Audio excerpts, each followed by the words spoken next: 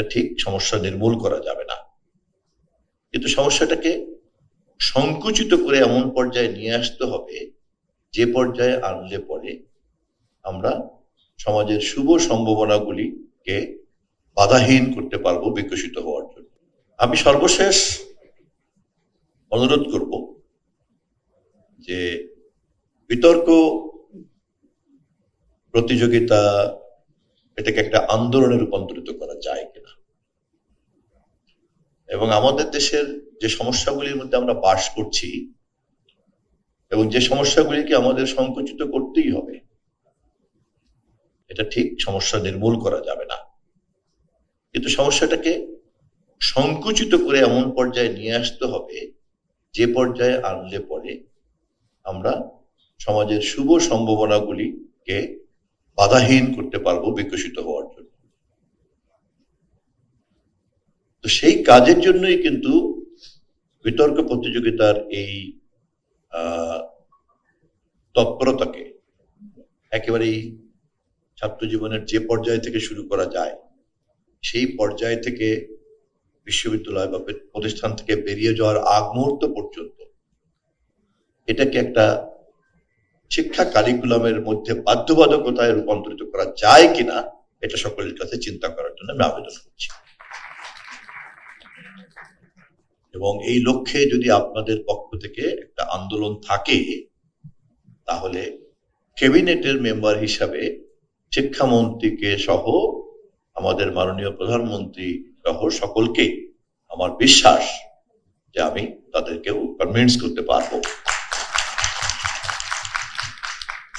যখন আমরা এই মঞ্চে, এই সভায়, এই কক্ষে কথা বলছি, তখন আজ মাননীয় প্রধানমন্ত্রী, আপনারা জানেন, আর্মি স্টেডিয়ামে দেশের তরুণদেরকে নিয়ে উনি স্পোর্টস এবং উদ্ভাবনের দুইটি প্রোগ্রামের একটি প্রোগ্রাম উদ্বোধন করবেন, আরেকটা হচ্ছে 29 তারিখ। এবং এই দুটোর লক্ষ্যই কিন্তু হচ্ছে তরুণদের মধ্যে যে জীবনী শক্তি, মেধা এবং তার যে উদ্ভাবনী শক্তি, সেগুলিকে উদ্ভাসিত করা, সেগুলিকে উৎসাহ দেওয়া এবং সেগুলিকে সাধারণ মানুষের সামনে উপস্থাপন করা, উৎসাহ এবং অনুপ্রেরণা দেওয়ার মধ্য দিয়ে।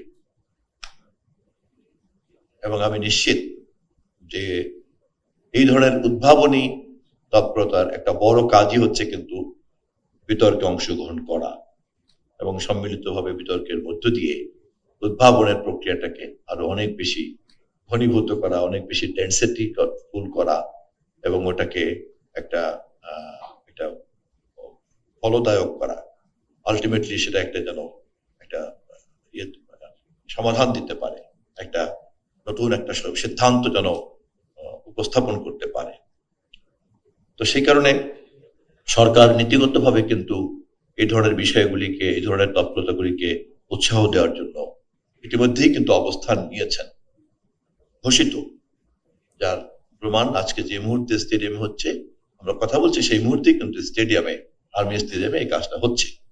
ফলে আপনারা যদি খুব সঠিকভাবে নজর কাটতে পারেন, এবং আমি সে ব্যাপারে আপনাদেরকে উৎসাহ দিতে চাই, তাহলে এটা পলিসি মেকিং লেভেলে কিন্তু কমিউনিকেট করাটা খুব সহজ হবে এবং খুব দ্রুতই একটা রাষ্ট্রীয় সিদ্ধান্তের কাঠামোর মধ্যে কিন্তু আমরা এটাকে অন্তর্ভুক্ত করতে পারবো।